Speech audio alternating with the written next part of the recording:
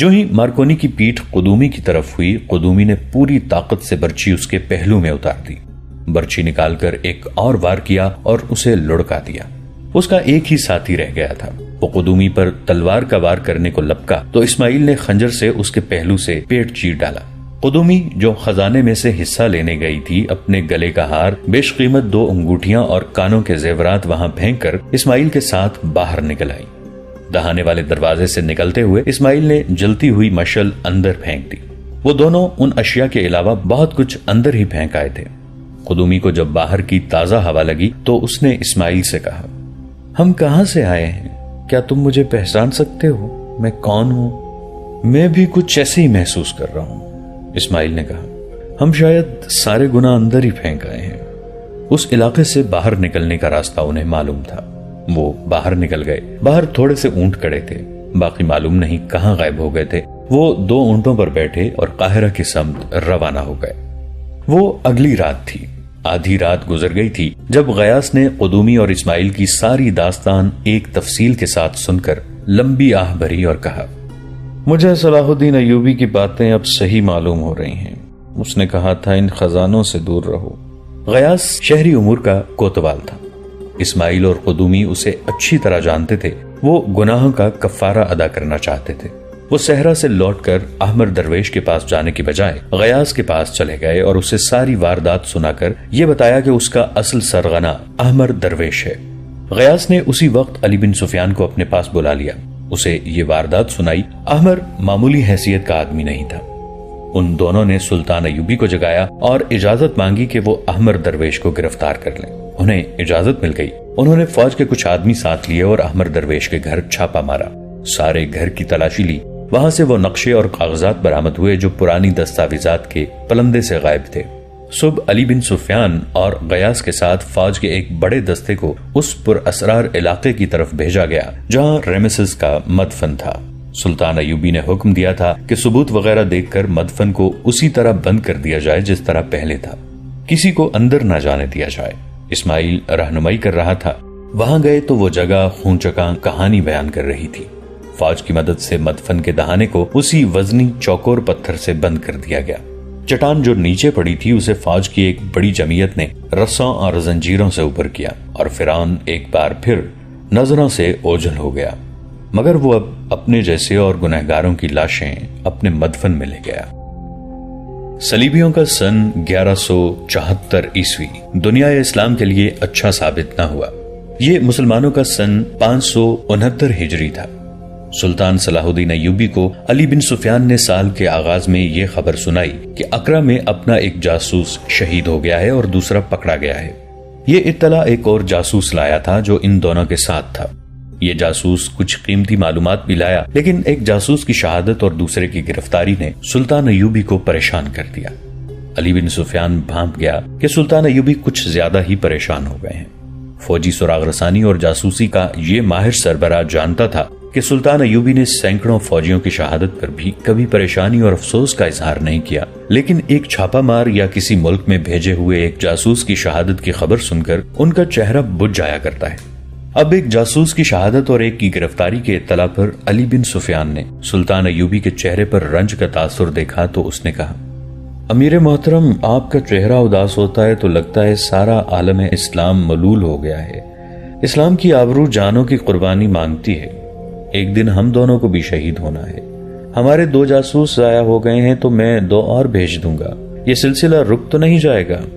یہ سلسلہ رک جانے کا مجھے خدشہ نہیں علی، سلطان ایوبی نے رنجیدہ سی مسکراہٹ سے کہا۔ کسی چھاپا مار کی شہادت میرے ذہن میں یہ سوچ بیدار کر دیتی ہے کہ ایک یہ سرفروش ہیں جو ہماری نظروں سے اوجھل، وطن سے دور، اپنی بیوی بچوں، بہن بھائیوں اور ماں باپ سے دور، دشمن کے ملک میں تنے تنہا اپنا فرض ادا کرتے اور جان کی قربانی دیتے ہیں، اور ایک یہ ایمان فروش ہیں جو گھروں میں بادشاہوں کی طرح رہتے ہیں، عیش و عشرت کرتے ہیں اور اسلام کی جڑیں کاٹنے میں اپنے دشمن کا ہاتھ بٹاتے ہیں۔ کیا آپ پسند فرمائیں گے کہ سالاروں، نائب سالاروں اور تمام کمانداروں کو باقاعدہ واز دیے جایا کریں؟ علی بن سفیان نے کہا، آپ انہیں مہینے میں ایک بار اسلام کی عظمت اور صلیبیوں کے عزائم کے متعلق واز دیا کریں۔ میرا خیال ہے کہ جن کا رجحان دشمن پروری کی طرف ہے انہیں بتایا جائے کہ ان کا دشمن کون ہے اور کیسا ہے، تو وہ اپنے خیالات میں تبدیلی پیدا کر لیں گے۔ نہیں، سلطان ایوبی نے کہا، جب انسان ایمان بیچنے پر آتا ہے تو اس کے آگے قرآن رکھ دو تو وہ اس مقدس کتاب کو اٹھا کر ایک طرف رکھ دے گا۔ ایک طرف صرف الفاظ ہوں اور دوسری طرف دولت، عورت اور شراب، تو انسان الفاظ سے متاثر نہیں ہوتا۔ الفاظ نشہ نہیں دے سکتے، بادشاہی نہیں دے سکتے۔ ہماری قوم کے غدار بچے نہیں، وہ گنوار اور جاہل نہیں، وہ سب حاکم ہیں، فوج اور حکومت کے اونچے عہدوں کے لوگ ہیں۔ وہ سپاہی نہیں، دشمن کے ساتھ ساز باز حاکم ہی کیا کرتے ہیں۔ سپاہی لڑتے اور مرتے ہیں، انہیں جھانسے دے کر بغاوت پر آمادہ کیا جاتا ہے۔ میں کسی کو واز اور خطبہ نہیں دوں گا۔ خطبے دینے والے حکمران دراصل کمزور اور بددیانت ہوتے ہیں۔ وہ قوم کا دل الفاظ سے اور جوشیلے خطبوں سے پرچایا کرتے ہیں۔ خطبے اور تقریریں کمزوری کی علامت ہوتی ہیں۔ جس فوج اور قوم سے یہ نہیں کہوں گا کہ ہم فاتح اور خوشحال ہیں، میں حالات کو بدلوں گا، پھر حالات بتائیں گے کہ ہم امیر ہیں یا غریب، فاتح یا شکست خوردہ ہیں۔ قوم اور فوج مجھ سے اناج مانگے گی تو میں انہیں الفاظ کی خوراک نہیں دوں گا۔ غداروں کو میں سزا دوں گا، انہیں جینے کے حق سے محروم کر دوں گا۔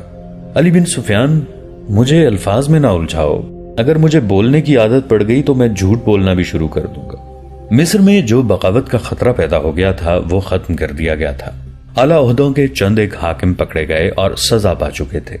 دو نے خود ہی سلطان ایوبی کے پاس آ کر اقبال جرم کیا اور معافی لے لی تھی۔ سلطان ایوبی کا یہ کہنا بالکل صحیح تھا کہ غداری اور بے اطمینانی پیدا کرنے کے ذمہ دار مفاد پرست حاکم ہوتے ہیں۔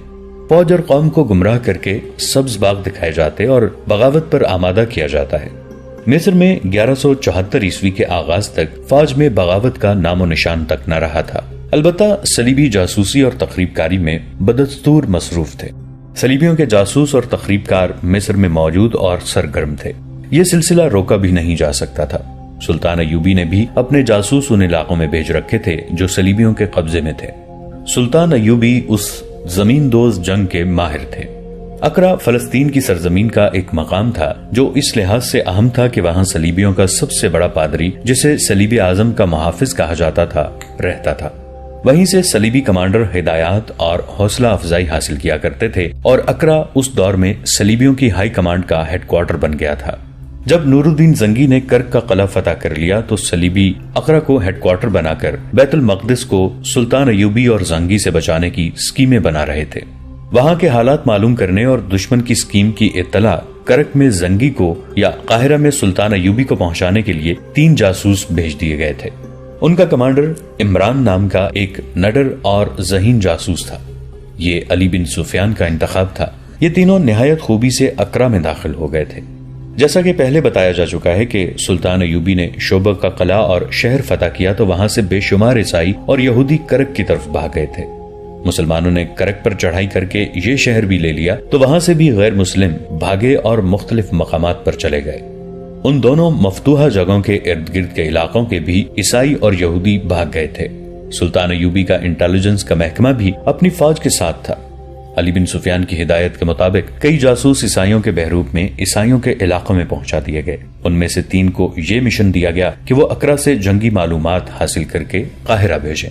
انہیں وہاں صلیبی فوج کی نقل و حرکت پر نظر رکھنی تھی، غیر مسلم آبادی میں مسلمان فوج کی دہشت بھی پھیلانی تھی، اور یہ اطلاع بھی دینی تھی کہ وہاں کس قسم کی تباہ کاری یا سبوتاژ کی جا سکتی ہے۔ یہ تینوں لوٹے پیٹے عیسائیوں کے بحروب میں اقرا داخل ہو گئے۔ ان دنوں وہاں یہ حالت تھی کہ عیسائیوں اور یہودیوں کا تانتا بنا رہتا تھا۔ وہ سب ہراساں تھے اور پناہیں ڈھونڈ رہے تھے۔ پناہ کے بعد روزگار کا مسئلہ تھا۔ عمران اور اس کے دونوں جاسوسوں کو وہاں عیسائیوں کی حیثیت سے پناہ مل گئی تھی۔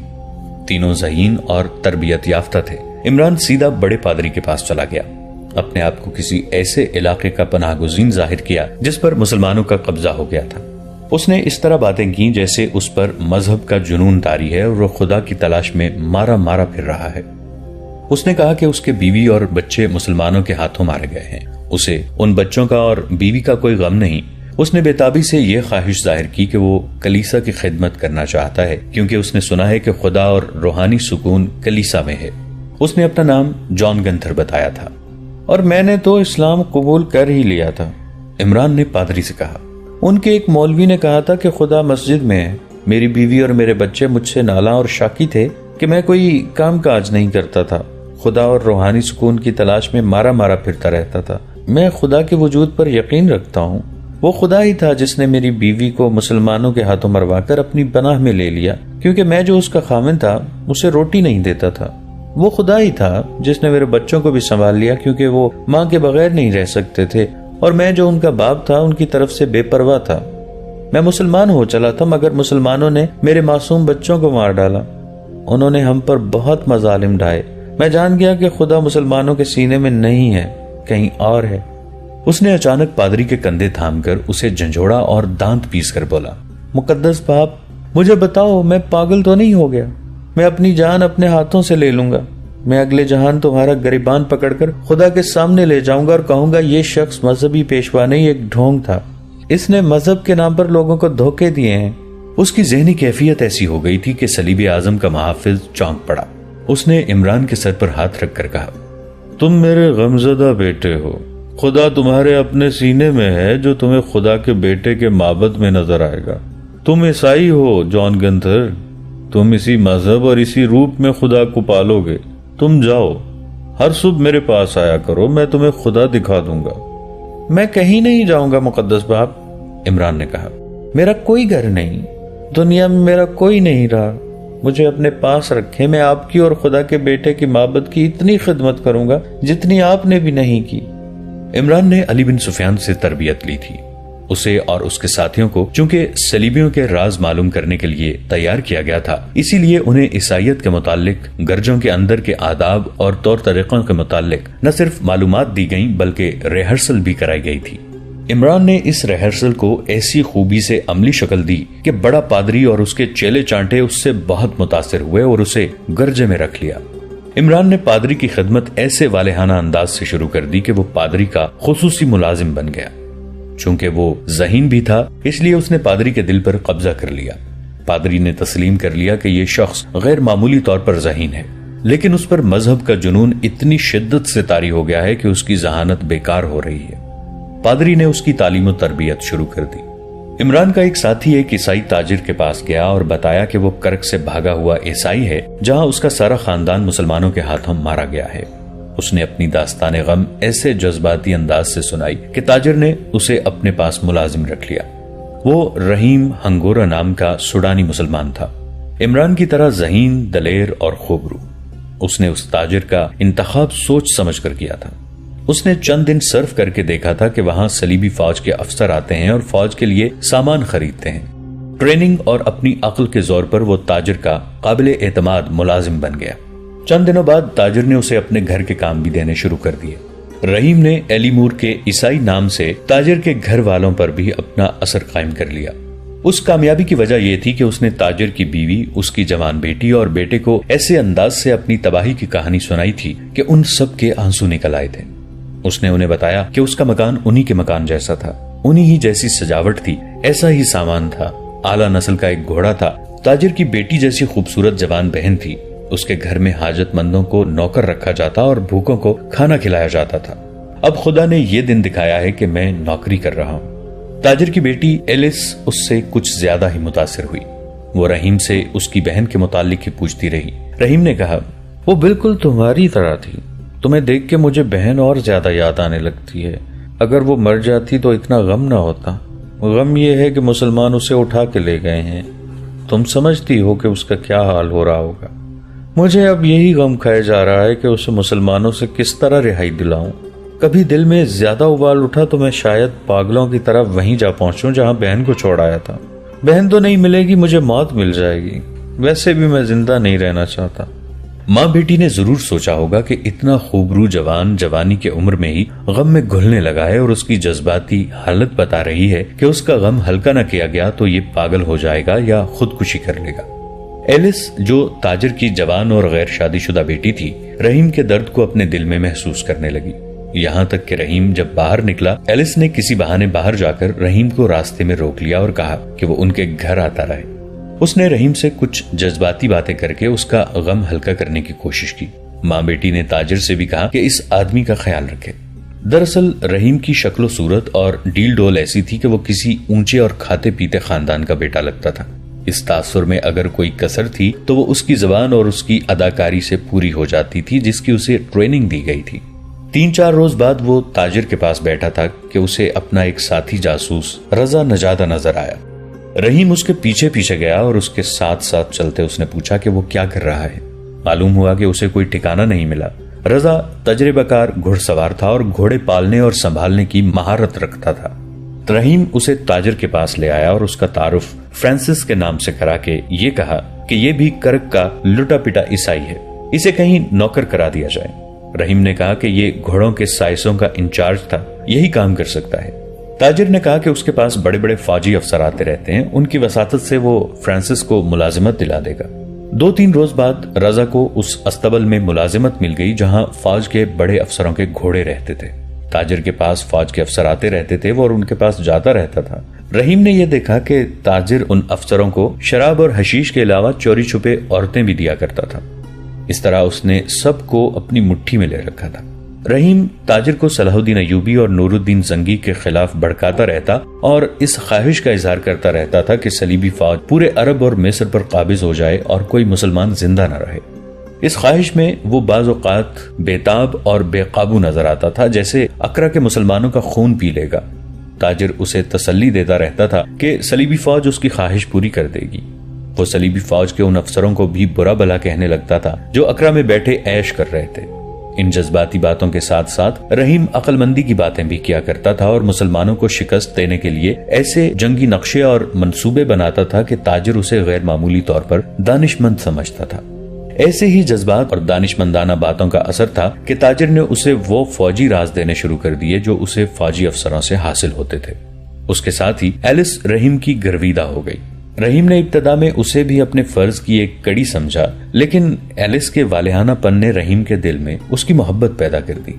رحیم نے دل میں فیصلہ کر لیا کہ اپنا فرض پورا کر کے وہ ایلس کو اپنے ساتھ قاہرہ لے جائے گا اور اسے مسلمان کر کے اس کے ساتھ شادی کر لے گا۔ مگر ابھی دونوں کو علم نہیں تھا کہ صلیبی فوج کا ایک بڑا افسر اس لڑکی پر نظر رکھے ہوئے ہے۔ رضا نجادہ بھی تربیت یافتہ جاسوس تھا۔ استبل میں اسے فوج کے کسی بڑے افسر کا گھوڑا مل گیا تھا۔ اس نے محسوس کیا کہ رضا عام قسم کا سائنس نہیں بلکہ عقل و دانش بھی رکھتا ہے۔ وہ باتیں ہی ایسی کیا کرتا تھا۔ جب بھی یہ افسر استبل میں آتا تو رضا اس سے پوچھتا، صلاح الدین ایوبی کو آپ کب شکست دے رہے ہیں؟ اور پھر بتاتا کہ سلطان ایوبی کی فوج میں کیا خوبیاں اور صلیبی فوج میں کیا خامیاں ہیں۔ ایک روز اس نے کوئی ایسی بات کی اور ایسا گر بتایا جو جنگی امور کا ماہر نہ کہے تو کم از کم ایک سائنس کے دماغ میں نہیں آ سکتا۔ اس افسر نے اسے کہا، تم کون ہو؟ تمہارا پیشہ سائنسی نہیں ہو سکتا۔ آپ کو کس نے بتایا ہے کہ میرا پیشہ سائنسی ہے؟ رضا نے کہا، میں کرک میں گھوڑوں کا مالک تھا۔ میں خود تو فوج میں نہیں تھا، میرے 2 گھوڑے جنگ میں گئے تھے۔ یہ تو زمانے کے انقلاب ہیں کہ گھوڑوں کا مالک آج استبل میں سائنس ہے۔ مجھے اس کا کوئی غم نہیں۔ اگر آپ صلاح الدین ایوبی کو شکست دے دیں تو میں باقی عمر آپ کے جوتے صاف کرتے گزار دوں گا۔ صلاح الدین ایوبی کی قسمت میں شکست لکھ دی گئی ہے فرانسس، اس نے رضا سے کہا۔ لیکن کیسے؟ رضا نے کہا، اگر ہمارے بادشاہوں نے کرک اور شوبک پر حملہ کیا اور مسلمانوں کو اسی طرح محاصرے میں لے کر شکست دینے کی کوشش کی جس طرح انہوں نے ہمیں محاصرے میں لیا تھا تو آپ کامیاب نہیں ہوں گے۔ صلاح الدین ایوبی اور نور الدین زنگی جنگ کے استاد ہیں۔ میں نے سنا ہے کہ انہوں نے ہماری فوج کو قلعوں سے دور رکھنے کا اہتمام کر رکھا ہے۔ عقل مندی اسی میں ہوگی کہ حملہ کسی ایسی سمت سے کیا جائے جو ایوبی کے وہم و گمان میں بھی نہ ہو۔ ایوبی اور زنگی قلعوں میں بیٹھے رہیں اور آپ مصر پر چھا جائیں، ایسے ہی ہوگا۔ افسر نے معنی خیز مسکراہٹ سے کہا، سمندر میں کوئی قلعہ نہیں ہوتا، مصر کے ساحل پر کوئی قلعہ نہیں، مصر پر اب صلیب کی حکمرانی ہوگی۔ یہ ابتدا تھی۔ اس کے بعد رضا نے اس افسر سے کئی ایک راز کی باتیں معلوم کر لی۔ دشمن اپنا جنگی راز تفصیل سے بیان نہیں کیا کرتا۔ ہوشیار جاسوس اشاروں میں باتیں اگلوا لیتا اور ان اشاروں کو اپنے فن کے مطابق جوڑ کر وہ کہانی بنا لیتا ہے جسے راز کہتے ہیں۔ دوستو، آج کے لیے اتنا ہی۔ اسی کہانی کی اگلی قسط کے ساتھ بہت جلد حاضر ہوں گے۔ نیچے کامنٹ سیکشن میں اپنی رائے کا اظہار ضرور کیجیے گا۔ ہمارے اس چینل کو سبسکرائب کر کے نیچے موجود بیل آئیکن کو بھی ضرور کلک کیجیے گا۔ اگلی ملاقات تک کے لیے ہمارا اور آپ کا اللہ نگہبان۔